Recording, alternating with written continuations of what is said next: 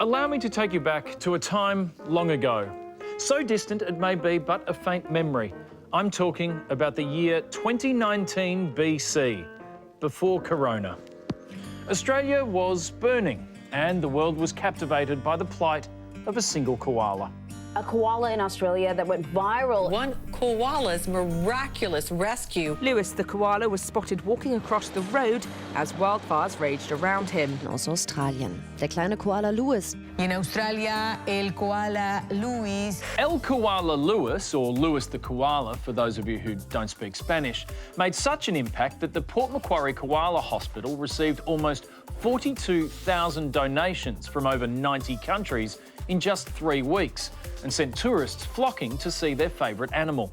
The amount of visitors that are here at the Koala Hospital over the last 5 or 6 weeks has been phenomenal. Everyone is so afraid that we're going to lose koalas that they want to come and see them. That's the power of the koala. Louis the Koala showed just how much the world loves koalas. It's been estimated they generate up to $3.2 billion in tourism revenue each year and up to 30,000 jobs, mainly because people come from far and wide to see and hold the little buggers, even though cuddling a koala feels a bit like hugging a doormat. Bloody hell. Yet despite all this love, after a recent New South Wales government report, they've been making news for different reasons. Imagine our state without koalas. It is unthinkable, but according to experts, it could be a reality in less than 30 years. It's warning that the much-loved native koalas will become extinct. By the year 2050, without government intervention, koalas will be completely extinct in that state. The loss and the fragmentation of habitat has devastated koalas, and the cherry on this extinction sundae are the devastating bushfires. The cherry on the extinction sundae? No need to make it sound so delicious. Recent attempts to reverse the decline have been unsuccessful.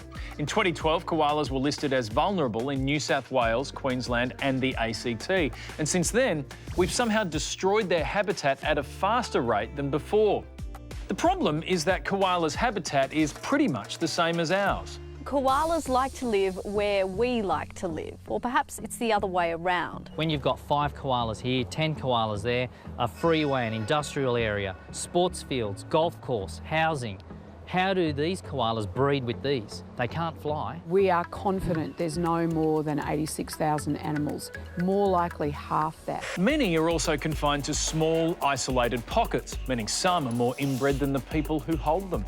All of these pressures would make it hard for any animal to survive, but it's especially difficult for koalas because they are, it has to be said, not a very adaptable species. And it all stems from only eating this.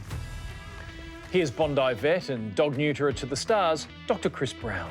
Even the koalas look fat, right? They sort of have that sort of pear shape. The thing is, they eat eucalyptus, which has next to no energy in it. And so they're just these big fermentation chambers to try to make it less toxic.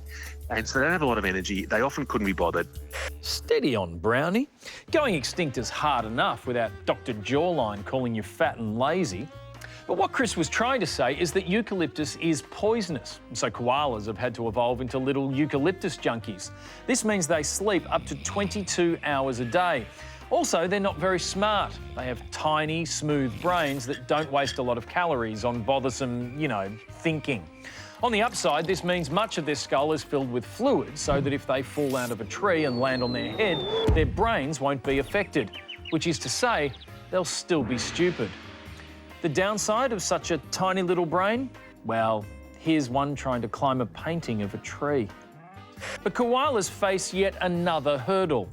Here's Dr. Chris Brown extinction-shaming koalas again, this time about their sexual prowess. Look, they're just techniques poor, energy levels poor. They have this scent gland on their chest, which releases a pretty pungent odour. And then the males just climb a tree, and this is as complicated as it gets. They climb a tree and then put out this mating call, and they just hope that females come to them. How are koalas going to bonk their way back from the brink when the hottest man in Australia is openly criticising their technique? Nobody could perform under those circumstances. Australia, we need a plan to get koalas rooting again. Yes, this means more national parks, wildlife corridors, and to do, anything on climate change. But we also need something much more important, a place for them to have sex, without Dr. Chris Brown making them feel bad. So I've created this koala love nest where all koalas are welcome. There are no rules, no questions, no criticism. The safe word is gumnuts. Come on, Australia. They made the world care about us during the bushfires, and now's the time to return the favour. Sure, they're riddled with disease, but hey, in the COVID era, who are we to judge?